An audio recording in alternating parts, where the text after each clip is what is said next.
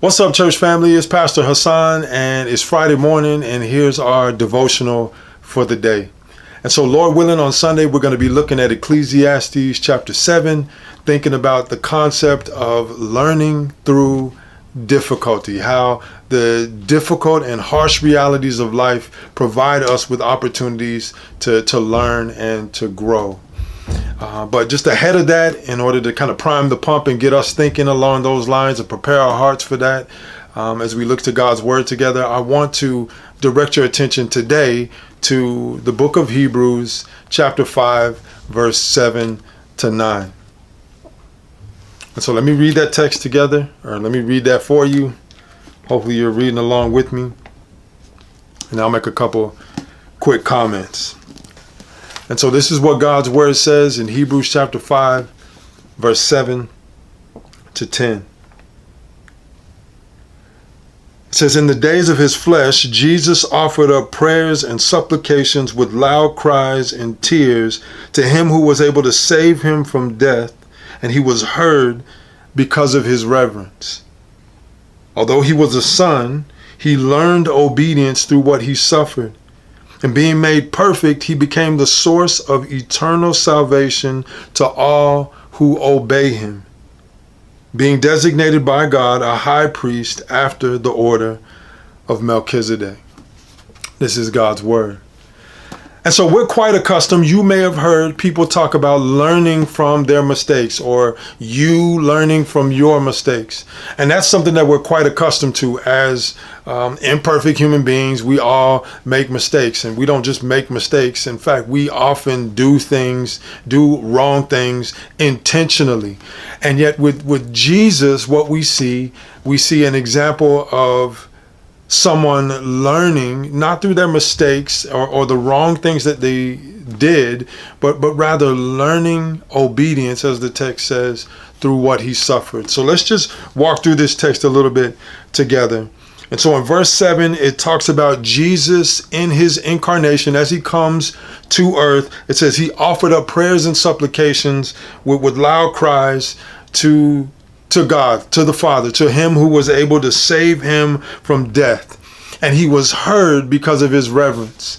And just right off the bat, as an aside, this is a reminder to us that if you think about that, there's a little bit of a tension that's going on there. So Jesus is heard because of his reverence. And yet God the Father is referred to the one who is able to save him from death, and our minds automatically go to the cross, and it's like, what about that? What about that moment when Jesus feels forsaken on the cross? Is that God hearing Jesus's prayer because of his reverence, and so on? But what it reminds us is that God hearing our prayers doesn't always equal him taking us out of difficulties that we encounter. And so as followers of Christ, we ought not to think our experience will be any different than Jesus's in that regard. So Jesus is heard because of his reverence, and even though God the Father is able to save him from death, he does not deliver Jesus from death, but rather he is delivered up to death on the cross for us. But the point that I want to point out, that I want to draw our attention to this morning, is that very next verse, in verse 8. "Although he was a son, he learned obedience through what he suffered." Although Jesus was in a father-son relationship with God from all of eternity, he had this close-knit relationship, the only begotten from the Father, he nonetheless learned obedience through what he suffered. He was not sheltered from the difficulties of life. And that expression, learning obedience, might be a little bit difficult to wrap your mind around. Like, wait a minute, I thought Jesus was sinless. Just the chapter before in Hebrews 4, it says that he was tempted in every way as we are, yet was without sin. That's one of the things that qualifies Jesus as the perfect, the ultimate high priest. He's sympathetic with us in our weakness. And so it's true, yes, Jesus never sinned. And so there's never a point in Jesus's life where he wasn't obedient. So how are we to understand Jesus learning obedience?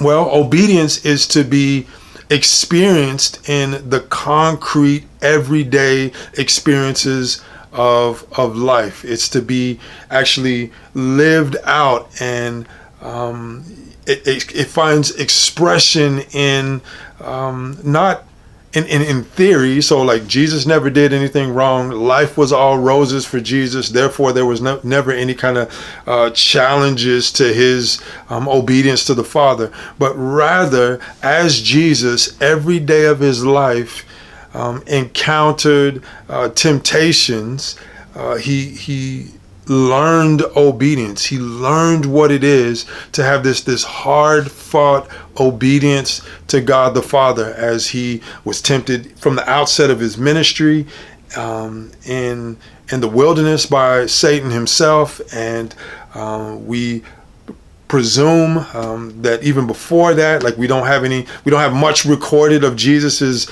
life prior to that, like his years prior to his public ministry, and yet it's very safe to assume that Jesus experienced temptations in that regard as well. You think of Jesus as a young boy growing up in his parents' household. Jesus would have learned obedience even in like just the experience of being a child with parents, and so we can appreciate it in that regard. But particularly, it says through what he suffered.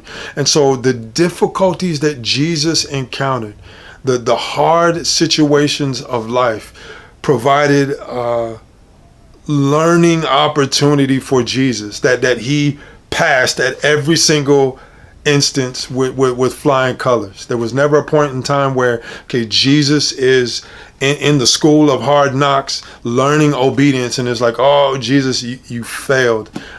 You were imperfect here. But rather, Jesus is constantly bearing out this fact that his will is to obey God the Father at all costs. And so, brothers and sisters, what this does, like if you approach this the wrong way, in the sense of, okay, I need to try to be perfectly obedient, then that's a burden that none of us could possibly bear.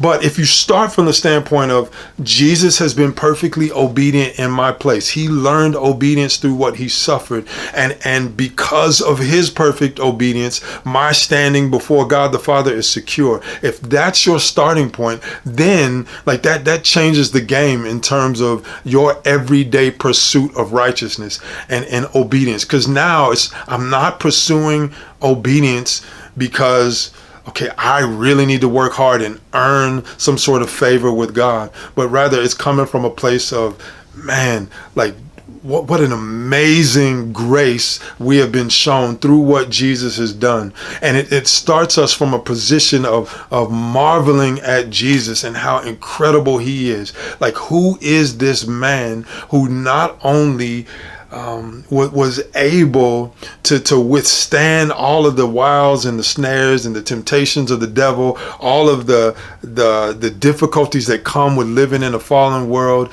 and not only withstand that perfectly, but then to lavish such love on guilty, undeserving people such as ourselves, in the sense that he offered up his life in our place. Who is this Jesus? Like, that gives a whole different motivation, a much greater motivation for pursuing obedience than simply trying to like just grit your teeth and get it done. And so, brothers and sisters, remember who our high priest is.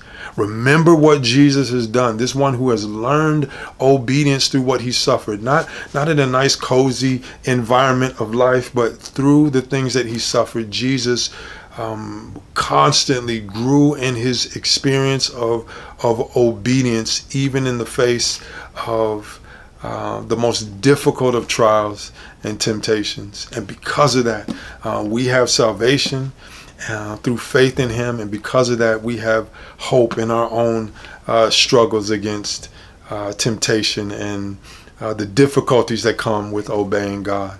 And so, brothers and sisters, rejoice in the gospel today. Remember what Christ has done for you. And just rejoice in him and the freedom that comes from knowing him. All right. Lord willing, we'll see y'all on Sunday. Those of you who are able to make it out, we will be meeting in person at 10:45, as well as live streaming the service for those who aren't able to make it. But please do, in the meantime, be in prayer for myself as I prepare the word, and for all of us as we get together, that the Lord would meet with us and encourage our hearts for his glory. All right. Take care, and y'all have a great Friday. God bless.